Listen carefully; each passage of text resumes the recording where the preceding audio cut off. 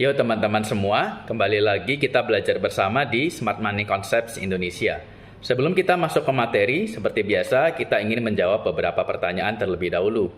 Pertanyaan pertama mengenai set time frame. Berapa sih set time frame yang paling ideal itu? Nah, sebenarnya dapat kita bagi menjadi dua, yaitu set time frame yang dipakai untuk mapping market structure.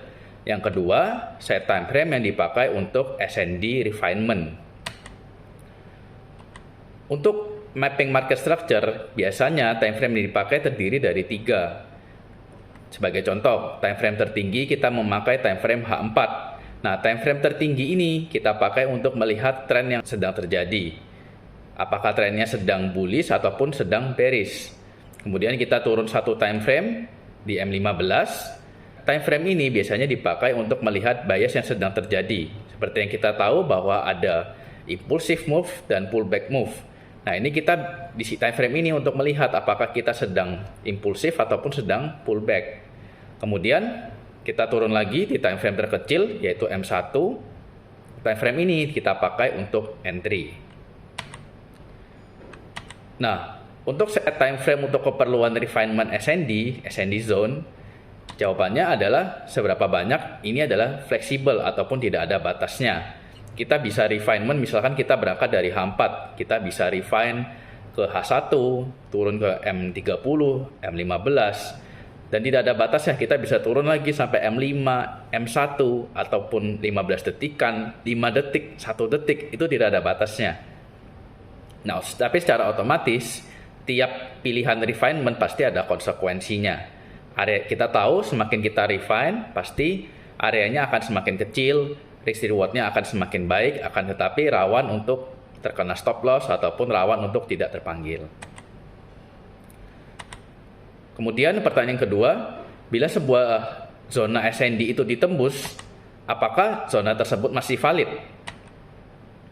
Nah, jawabannya masih valid bila zona tersebut hanya ditembus dengan secara pendek ataupun singkat. Jadi biasanya hanya wick break saja, ditembus wick, lalu harga kembali. Nah, biasanya zona itu masih valid karena itu hanyalah merupakan liquidity grab.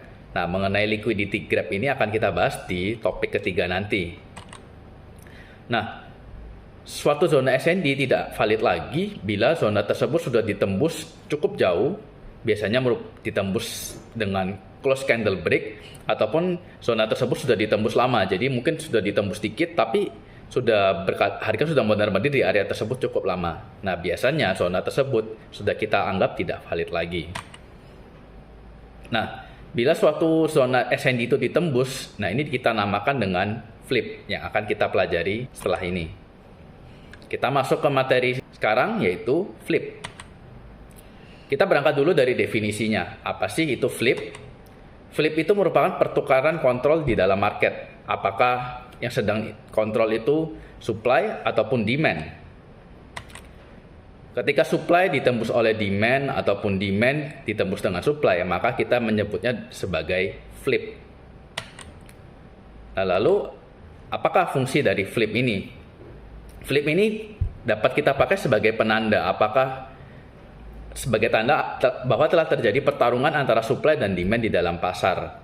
Dan ini dapat menjadi confluence tambahan untuk menambah kualitas zona S&D yang ada. Kita tahu zona S&D itu ada di mana-mana. Kita perlu memilih zona S&D yang berkualitas.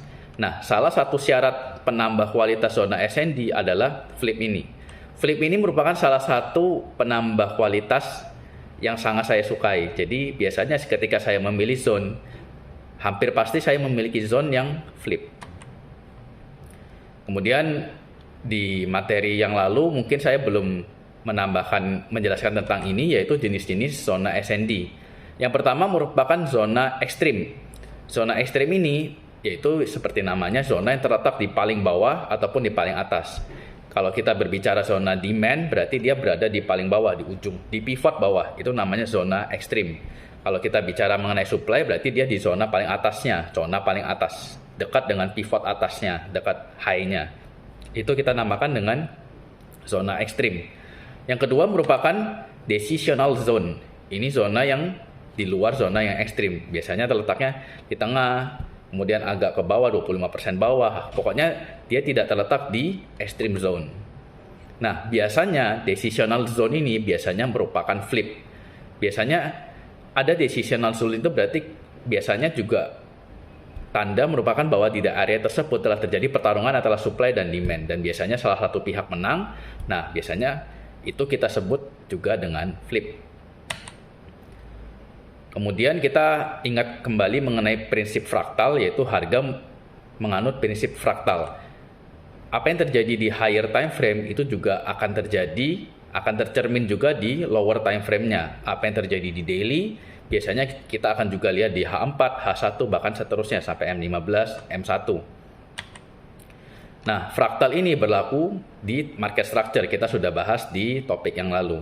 Nah, selain itu juga, fraktal ini juga berlaku juga di supply and demand. Kita sudah pelajari juga mengenai refinement. Nah, itu juga berlaku juga di kali ini, flip. Sebuah flip, misalkan di H4 terjadi flip. Nah, di dalam flip itu, kalau kita turun lagi ke time frame, misalkan turun ke M15-nya, itu pasti juga ada sebuah flip juga. Begitu pula seterusnya, di dalam flip M15 itu, kalau kita turun lagi ke time frame ke M1, itu juga akan terjadi flip. Dan seterusnya sampai dengan 5 second sampai dengan 1 second. Jadi prinsip fraktal ini berlaku tidak hanya di market structure, melainkan juga di supply and demand. Begitu. Oke. Langsung saja kita ke chart untuk mempelajari lebih lanjut. Nah, mengenai flip, kita mengulang kembali materi kita di market structure, yaitu mengenai trend change. Kita semua tahu di sini kita bisa melihat bahwa tren yang ada merupakan tren bullish. Kemudian di satu saat dia ditembus ke bawah, trennya menjadi bearish. Kemudian lanjut ke bawah, melanjutkan tren bearish. Nah, di sini kalau kita hanya memakai trend change seperti biasa, berarti plan kita adalah seperti ini. Ketika harga melakukan break ke bawah, break of structure ke bawah, berarti di situ kita sudah bisa langsung melakukan posisi sell. Contohnya di area ini ada area SND, kita pasang posisi sell, kita pasang stop loss di sini, kemudian kita pasang take profit di sini. Sesederhana itu kalau hanya memakai trend change. Nah, lalu kita mengingat kembali mengenai change of character. Seperti yang kita tahu, di sini kita menerapkan change of character itu dengan agresif. Nah, di sini kita bisa melihat harga melakukan break ke atas, trennya bearish. Kemudian harga membentuk internal high, internal low. Kemudian harga menembus ke atas. Kemudian di satu titik harga menembus internal low yang sebelumnya dan membentuk bearish change of character. Nah, di sini kalau kita hanya memakai change of character saja, berarti di sini kita bisa melakukan posisi sell. Kita mencari area SND, area supply. Kemudian kita memasang stop loss di atasnya. Kita pasang entry di sini, kemudian kita TP di bawahnya. Nah, sesederhana itu kalau kita hanya memakai change of character. Ini kita belum masuk ke cara entry ataupun trading plan secara komprehensif ya. Ini hanya secara sekilas dulu saja. Jadi, kita tahu ini trend change, yang bawah change of character. Kemudian, kalau kita memakai trend change ditambah dengan flip, maka alurnya adalah seperti ini. Kita bisa lihat dari awal, harga membentuk high, kemudian higher low, kemudian break ke atas, membentuk higher low. Kemudian di satu titik harga pullback ke bawah, kemudian dia mengenai area demand. Ini area extreme demand di contoh ini, jadi demandnya paling bawah. Kemudian harga memantul ke atas. Akan tetapi kita berekspektasi sebenarnya dari sini kita mengekspektasi harga akan menembus ke atas. Akan tetapi kenyataannya harga tidak berhasil menembus ke atas, malah sebaliknya harga tembus ke bawah, melakukan break of structure ke bawah. Low yang ini yang seharusnya merupakan strong low sekarang ditembus. Nah, dengan demikian maka kita bisa melihat bahwa ini merupakan flip. Jadi alurnya adalah harga memantul dari area demand, kemudian harga tidak sampai menembus high-nya, malah harga menembus ke bawah. Nah, itu kita sebut dengan flip. area ini merupakan flip, kemudian trend change-nya di sini. Begitu. Untuk plan-nya ya berarti setelah harga menembus ke bawah sini, setelah harga memantul dan menembus ke bawah, berarti plan kita adalah kita mencari area supply di sini, di mana terjadi imbalance di sini. Kemudian kita pasang stop loss di atasnya. Dan ketika harga berbalik, kita berekspektasi harga akan meneruskan tren ke bawah. Nah, itu kalau trend change dan flip. Nah, di sini juga ada istilah FR. FR adalah failed reaction. Ini saya tandai di sini. Berarti dia reaksi dari demand, akan tetapi gagal melakukan tugasnya. Seharusnya tugas demand yang ini adalah menembus high atasnya, high lawannya. Akan tetapi malah sebaliknya, dia gagal dan malah ditembus. Nah, di situ kita namai dengan failed reaction. Ini adalah trend change plus flip. Di sini juga biru-biru ini, titik biru ini merupakan titik swing. Kita seperti biasa mapping swing structure seperti itu. Kemudian bagaimana kalau change of character dan flip? Kita lihat alurnya. Harga ke atas membentuk high, kemudian membentuk low, kemudian menembus ke atas.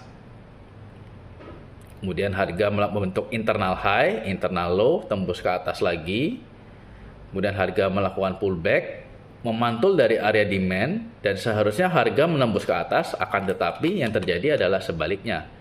Harga tidak berhasil menembus ke atas, malah melakukan failed reaction, menembus area demand yang ini, pantulan demand, dan lanjut lagi menembus internal low yang ini. Jadi dengan demikian terjadilah bearish change of character.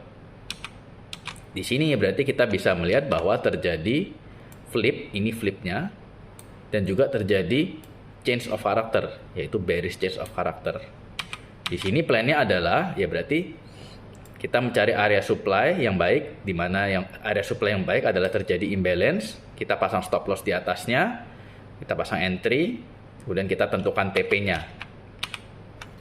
Dan kita berharap harga akan berbalik ke area supply, kemudian melanjutkan ke bawah. Nah, ini adalah change of character dan flip. Nah, kalau hanya flip seperti biasa, alurnya adalah seperti ini. Harga membentuk ke atas, kemudian membentuk higher low, tembus ke atas lagi. Kemudian harga melakukan pullback, dia mencari area demand. Di sini ada area demand, kemudian dia memantul. Kemudian di sini bertemu area supply lagi dan harga menembus ke bawah. Di sini berarti dari demand yang memiliki kontrol ditembus oleh supply sekarang. Jadi ini merupakan flip. Flip pada esensinya adalah seperti itu. Jadi demand mengalahkan supply ataupun supply mengalahkan demand. Nah, di sini terjadi failed reaction-nya di sini. Nah, untuk plan-nya seperti biasa, ketika demand yang ada ini ditembus oleh supply, maka langsung kita pasang pending order di sini, limit order, sell limit order di sini. Kita pasang di area imbalance yang baik, stop loss-nya di atasnya, kemudian kita berharap harga kembali ke area ini, kemudian harga meneruskan trennya. Nah, untuk flip ini bisa terjadi di trend change ataupun di change of character. Jadi intinya seperti itu. Untuk flip only itu tidak harus terjadi trend change, tidak harus terjadi change of character. Yang diperhatikan hanyalah supply mengalahkan demand ataupun demand mengalahkan supply. Begitu saja. Itu kalau flip only. Nah, dari tiga jenis ini, dari trend change, kemudian flip only, ataupun trend change plus flip. Nah, sebenarnya yang paling baik adalah yang tengah. Lebih higher probability, dan ini salah satu saya pribadi ketika memilih sebuah area, biasanya saya hampir selalu memilih area yang flip. Flip ini merupakan salah satu kriteria favorit saya. Jadi hanya seperti ini saja, cukup simple, akan tetapi bagi saya ini cukup penting karena saya menerapkannya di trading plan saya. Ingat, selalu usahakan ada trend change plus flip ataupun change of character plus flip. Biasanya kalau di trend change plus flip ini biasanya kita pakai di time frame entry, misalkan di M1. Jadi di M1 kita melihat ada trend change dan flip. Nah, kalau kita memakai change of character, biasanya kita memakai di time frame yang masih sedikit lebih tinggi, contohnya M15 gitu. Di M5 kita tahu, kita sebagai permisalan time frame yang paling banyak dipakai contohnya H4, M15 dan M1. Nah, trend change ini biasanya kita pakai di time frame di entry M1. Tapi kalau change of character biasanya kita pakai di masih di M15-nya gitu. Intinya sama, tapi biasanya kalau saya sendiri paling sering memakai di trend change plus flip ini di time frame entry saya. Sekarang saya biasanya memakai time frame entry itu di di 5 second ataupun di 1 second. Biasanya sekarang saya mulai latihan seperti itu. Jadi biasanya saya hampir selalu mencari trend change plus flip di M1. Biasanya seperti itu. Ya, pada beberapa case saya memakai extreme zone, akan tetapi biasanya saya memakai decisional zone yang berupa flip di time frame entry saya. Saya menunggu trend change plus flip. Oke, kita lihat ke real chart untuk sebagai contoh-contohnya. Nah, sekarang kita sudah di real chart. Kita ingin mencari area-area SND yang bagus, kemudian sebisa mungkin ada flip. Kita sudah di 4 layar seperti biasa, layar favorit saya. Nah, kita kita coba dari time frame yang tertinggi dulu saja ya, high time frame-nya. Kita mulai dari H4. Sebenarnya harga itu fraktal, jadi di time frame berapapun akan sama. Kita cari dulu dari H4 terlebih dahulu. Kita coba cari area supply atau demand yang bagus. Nah, di sini kita bisa lihat di sini ada area supply yang baik karena ada imbalance. Jadi kita coba marking saja, bisa sini, bisa juga sampai atas. Nah, kita lihat ke kanan. Di manakah flipnya? Di sini kita bisa melihat ada reaksi di sini. Akan tetapi harga kembali lagi, memantul lagi, kemudian harga ditembus ke atas. Maka di sini sebenarnya kita bisa marking area flipnya sebenarnya adalah area ini. Kalau saya biasanya memakai 1 candle terakhir, akan tetapi bisa juga kalau teman-teman mau sampai bawah sini. Tapi biasanya saya hanya 1 candle. Nah, ini biasanya merupakan area flip saya. Area yang bisa saya ambil. Nah, di sini kita bisa melihat kebetulan di sini working ya. Harga memantul ke atas, kemudian harga kembali memantul lagi ke atas.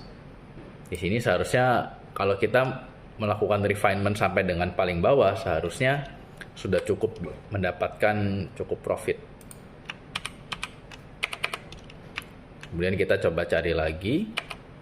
Ini kita hapus, kita coba cari lagi area lain. Apakah ada? Nah, ini contoh yang sangat baik juga. Kita bisa melihat ini area demand yang baik. Nah, bahkan dari sebelumnya ya. Kita bisa melihat di sini ada area supply juga. Untuk melihat area yang baik itu coba kita lihat dari ekstrim saja. Ini area supply. Atau kalau teman-teman mau di atas pivot, kita ambil pivotnya. Di sini kita bisa melihat harga ke atas. Harga masuk ke area supply, kemudian memantul, kemudian ditembus oleh demand-nya ke atas. Nah, area ini merupakan area demand dan flip. Nah, biasanya area seperti ini saya ambil. Ini kita hapus dulu. Area ini area yang biasanya saya suka. Flip, kemudian ada imbalance dan tembus ke atas. Nah, di sini kita bisa melihat harga masuk, kemudian memantul ke atas. Nah, ini udah tidak tahu menahu kalau yang ini, tapi yang jelas dari ini kemudian harga memantul ke atas. Nah, ini area demand yang juga merupakan flip. Nah, ini kalau kita teruskan, kita lihat lagi demand yang strong ini ditembus juga oleh supply. Supply-nya yang mana? supply-nya adalah yang ini. Sebenarnya ya ini semua supply. Kita bisa melihat di sini supply-nya berdempetan kurang bagus. Kalau kita mau refine, ini kita hapus dulu yang lama. Kalau kita mau refine, kita refine ke satu candle terakhir ataupun seperti ini. Nah, di sini kita bisa melihat harga tembus ke bawah, kembali, kebetulan bekerja, kemudian balik lagi ke atas untuk liquidity grab, kemudian baru turun ke bawah. Ya, tidak pasti work, tidak selalu works ya. Meskipun flip, break of structure, ada imbalance, tapi ya namanya market ya bisa stop loss, bisa di liquidity grab, dan lain sebagainya. Tadi tembus begitu saja tanpa alasan apapun bisa juga. Nah, itu contoh di H4. Ini kurang lebih polanya bersama. Ini ada lagi satu lagi. Kita bisa melihat, oh ini tadi contoh kita ya. Oke. Kita coba di M15. Kita coba cari apakah ada area yang bagus. Ini oke juga. Ke bawah kemudian ditembus. Tapi kurang bagus. Kita coba cari yang lain. Nah, ini juga kalau diperhatikan juga bisa nih. Ini boleh, ini boleh. Kita coba ambil yang ini ya. Area kesukaan. Kita bisa melihat ada supply yang baik. Supply yang baik apa? Dia ada imbalance ke bawah, kemudian dia break of structure yang ini. Nah, kita bisa melihat harga kembali ke atas, kemudian bereaksi. Walaupun akhirnya ditembus ke atas. Nah, kita lanjut lagi. Dia menembus ke atas, reaksi ini juga merupakan flip. Kita coba marking. Kita bisa melihat satu candle terakhir sebelum imbalance yang ini. Dan kebetulan ini works sangat baik. Itu jadi dia kembali ke atas kemudian ditembus. Nah, kalau kita lihat lagi, dia ditembusnya oleh area yang ini. Sebenarnya flip ini sambung menyambung menjadi satu ya. Mirip-mirip seperti support and resistance, di mana support menjadi resisten, akan tetapi kalau kita melihat dari sudut pandang supply and demand itu kita melihat jauh lebih ke akarnya. Support and resistance itu hanyalah hasilnya. Nah, di sini kebetulan ini kurang baik ya. Saya kurang suka area yang bertangga seperti ini. Naiknya dikit-dikit seperti ini jelek. Gitu. Oke, kita coba mundur ke belakang apakah ada lagi. Apakah ada area yang baik?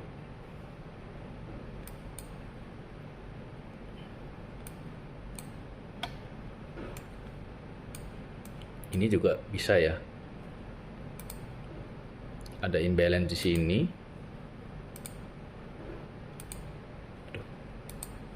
Ada imbalance di sini. Tapi ditembus sih. Kemudian ternyata dia flipnya di sini. Jadi sebenarnya begini. Salah satu mengapa kita perlu memilih area SND, kita tahu area SND itu ada di mana-mana. Contohnya seperti ini. Kita bisa tahu di sini ini semua area supply. Kita tahu supply sangat kuat di sini. Di sini semua supply. Nah, pertanyaannya kita mau memilih zone yang mana? Apakah kita mau memilih ekstrim saja? Ataukah kita mau memilih bawahnya ini? Decisional zone yang bawah ini? Atau yang justru yang lebih bawah lagi? Semuanya ini kan semua zone semua. Kita tidak mungkin mengambil semuanya karena nanti RR-nya kurang baik. Nah, di sini tugas kita adalah mencari tahu di mana sih kemungkinan letak supply yang paling kuat. Otomatis area ekstrim paling kuat ya. Akan tetapi kan kita harga tidak selalu menuju ke sana. Bahkan kalau area ekstrim ini rawan untuk di liquidity grab. Jadi area ekstrim memang paling kuat tapi juga belum tentu yang terbaik. Jadi tugas kita sebenarnya di area satu supply ini, tugas kita mencari tahu di mana sih sebenarnya supply yang kuatnya apakah di atas, di tengah, ataupun di mana. Di sini kita bisa melihat bahwa oh ternyata satu area kuatnya di sini. Satu titik terkuatnya di area sini. Kita bisa gambar garis seperti ini. Jadi area terkuatnya itu ternyata di sini. Kita tidak pernah tahu area terkuatnya di mana. Kita hanya bisa menganalisa yang sudah terjadi. Kemudian kita bisa melihat lagi, ternyata di sini ada pantulan lagi. Kita coba gambar garis horizontal. Nah, di sini kita bisa melihat ternyata di area ini itu suplainya kuat. Makanya dia cukup kuat. Makanya ada reaksi. Nah, di sini kita bisa melihat area kuatnya di sini. Nah, di sini dia terjadi reaksi, akan tetapi ditembus lagi ke atas. Reaksi dan ditembus lagi ke atas. Oleh karena itu, area ini menjadi area flip. Area flip itu sebenarnya kalau mau kita gambar semuanya ya dari sini sampai dengan sini itu semuanya area flip.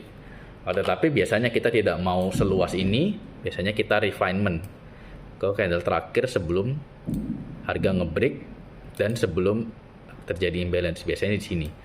Untuk kasus ini kita nggak dapat, kita tidak terpanggil, harga tidak sampai ke area kita, sudah tembus duluan. Gitu. Resiko dari refinement adalah seperti itu, sering tidak terpanggil. Oke, ini M15, kita coba berangkat ke M1. Seharusnya sama, semuanya sama. Nah, contoh seperti ini. Ini juga bisa kita lihat sebagai area demand yang cukup baik. Di sini bisa ada imbalance ke atasnya, di sini juga bisa area ekstrimnya. Aduh, kita pakai di sini, nah kita marking. Kita bisa lihat kebetulan di case ini dua-duanya walk. Harga tembus ke atas. Kemudian harga kemudian ke bawah, menembus ke bawah, tetapi sebelum ke bawah kita bisa melihat ada reaksi dari area demand di ekstrimnya, reaksi ke atas baru dia tembus ke bawah. Di case ini berarti kita bisa melihat, nah area yang ini sebenarnya ditembus oleh satu candle ini nih. Jadi satu candle ini sebenarnya juga flip, akan tetapi dia cepat menjadi tidak valid karena ditembus ke atas. Nah, apakah ini juga merupakan flip? Jawabannya iya. Kalau kita lihat di sini juga ada terjadi imbalance yang kuat ke atas. Contohnya di sini ya. Nah, ini bagus juga. Kita bisa melihat dari area demand ini cukup baik. Dia menembus dari demand ini, dia bisa menembus ke atas.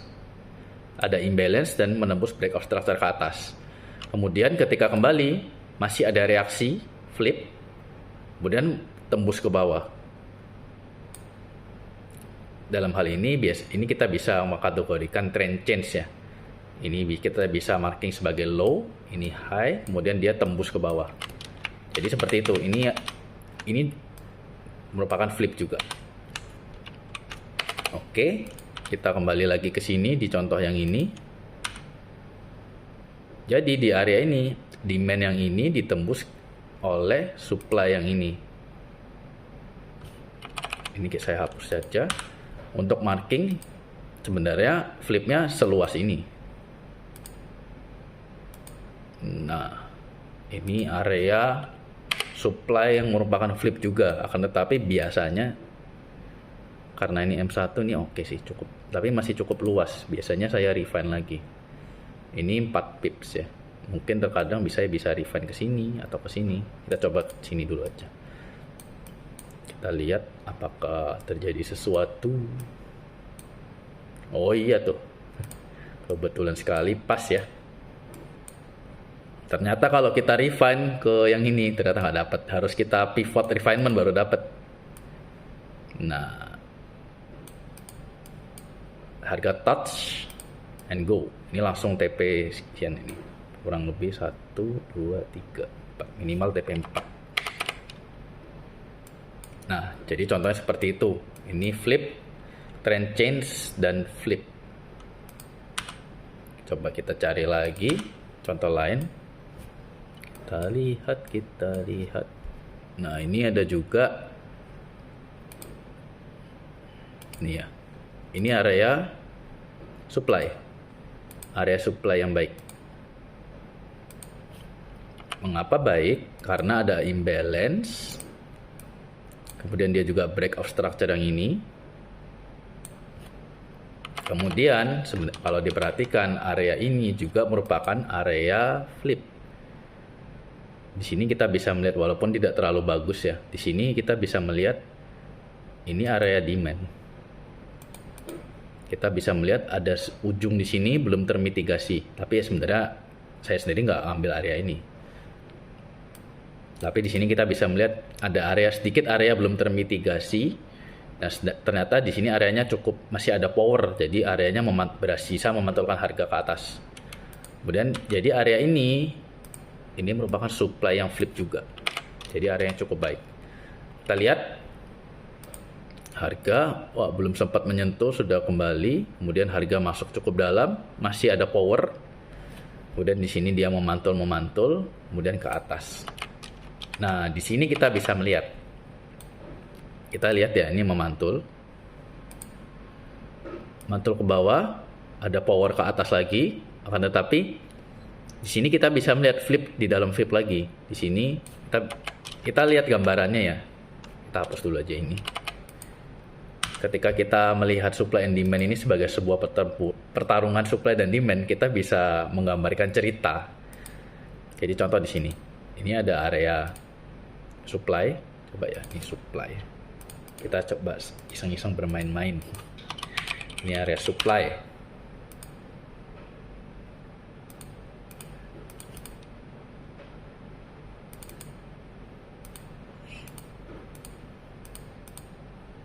Kemudian ini juga bisa merupakan area demand karena harga memantul. Bukan area demand yang baik, cuman ya area demand juga. Kenapa bukan area yang demand yang baik? Karena dari titik ini merupakan weak low. Kalau kita masih ingat pelajaran market structure, ini merupakan weak low. Mengapa dia disebut low? Karena dia gagal melakukan tugasnya untuk memberi ke atas. Jadi untuk kita melakukan posisi buy di sini sebenarnya nggak bijak. Akan tetapi kita lihat di case ini malah workingnya. Nah, kita lihat dulu ceritanya.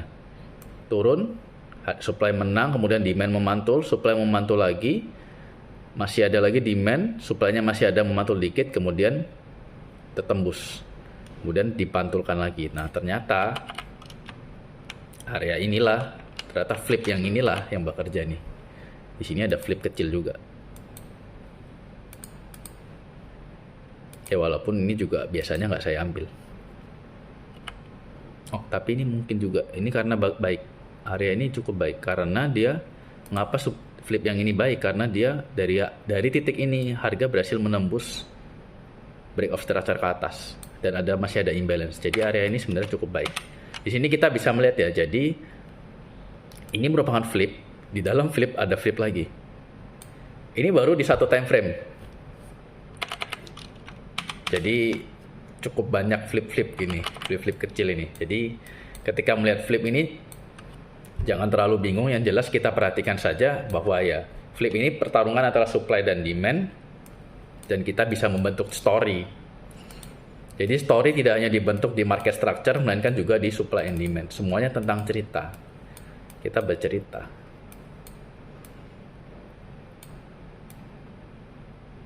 Nah, seperti ini kita sudah lihat lagi. Kita apakah ada contoh lagi?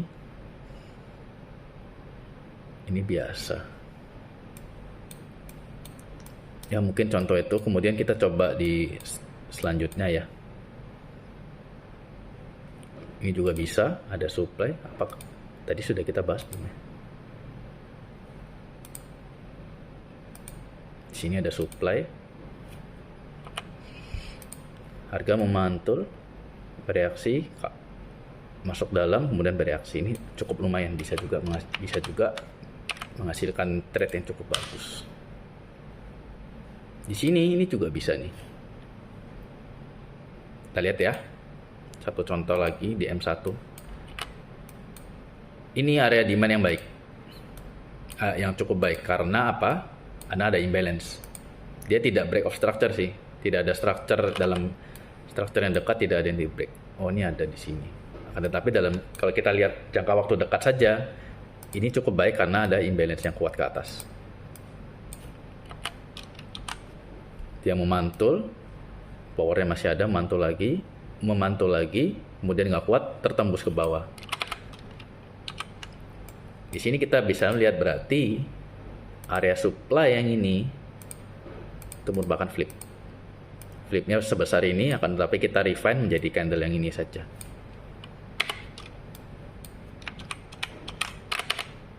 Oke. Nah, di sini kita bisa lihat kan. Nah,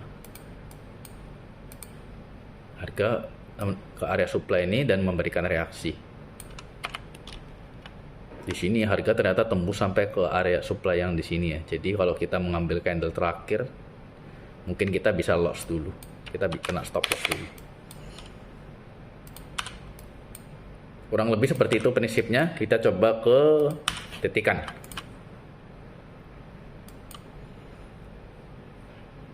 Kalau detik sudah mulai, grafiknya sudah mulai patah-patah. Tetapi ini asik. Kita coba ya. Kalau didetikan banyak gap itu, contoh gap seperti ini, gap ke bawah, ini kita bisa memperumpamakan gap ini seperti candle satu candle Marubozu. Contoh misalkan ini ya. Di sini kita anggap saja ini satu candle merah ke bawah nih. Satu candle merah ke bawah. Nah, bisa kita perumpamakan seperti itu. Jadi ini area supply yang cukup baik.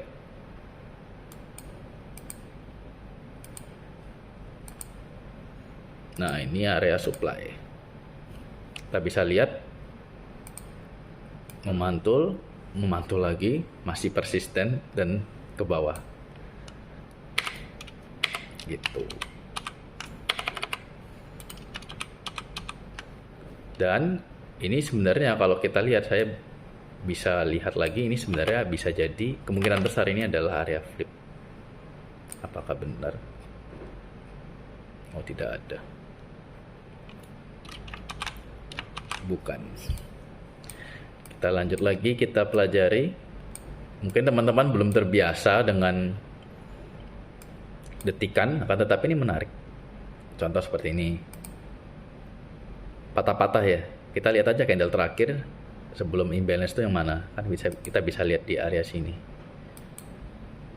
Sini. Nah. Kebetulan di case ini dia mantul dikit kemudian ditembus.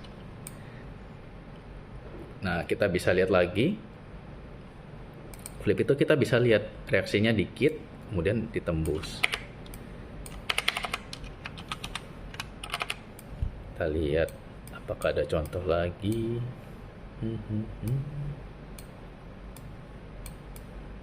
Ya, kurang lebih seperti itu ya.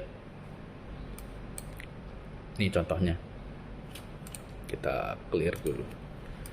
Ini area demand yang bagus.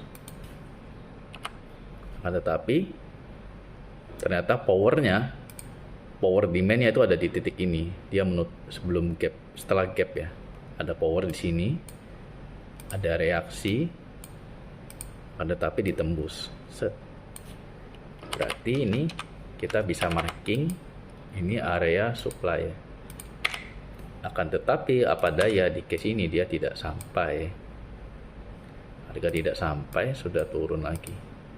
Tidak pullback sampai ke area itu. Malah ditembus.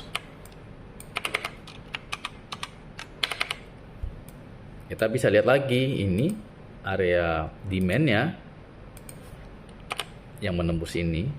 Area demand yang ini menembus ini. Jadi ini juga merupakan flip.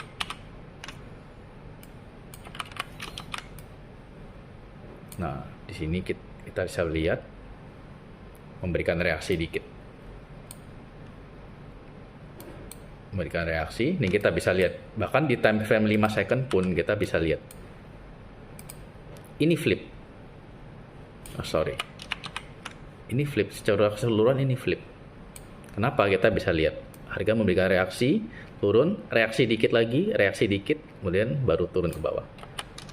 Itu flip di dalam flip, bahkan di time frame terkecil sekalipun itu ada flip di dalam flip. Kita marking, berarti demand-nya adalah di sini. Kita ambil area biru sampai ke sini misalkan. Kita lihat, wah, kita tidak terpanggil ya, sayang sekali. Contoh lain lagi, ini ada di mana-mana. Demand. Harga mereaksi. Kemudian sebelum tembus, harga reaksi dikit lagi, kemudian baru tembus. Ini menjadi, tuh kita bisa melihat ada reaksi. Yang mana? Ternyata yang di sini yang di atas yang lebih baik. Yang di sini hanya memantulkan dikit. Ya, semakin rendah time frame, makin banyak noise. Akan tetapi kita harus terbiasa. Gitu. Oke, mungkin itu saja untuk kali ini. Di sini kita banyak explore. Itu tentang flip. Jadi sebisa mungkin teman-teman pelajari. Ingat yang kita mau cari adalah SND zone yang mempunyai kualitas tinggi. Di mana yang kualitasnya tinggi itu salah satu persyaratannya adalah dia harus breakout structure, ada imbalance, dan salah satunya persyaratannya yang baik adalah flip. Jadi pelajari itu. Sebisa mungkin jangan hanya cari zone yang hanya trend change atau change of character saja, jangan hanya flip saja, akan tetapi terapkan selalu, saran saya, terapkan yang trend change atau change of character plus flip gitu. Oke, itu saja untuk kali ini. See you on next video.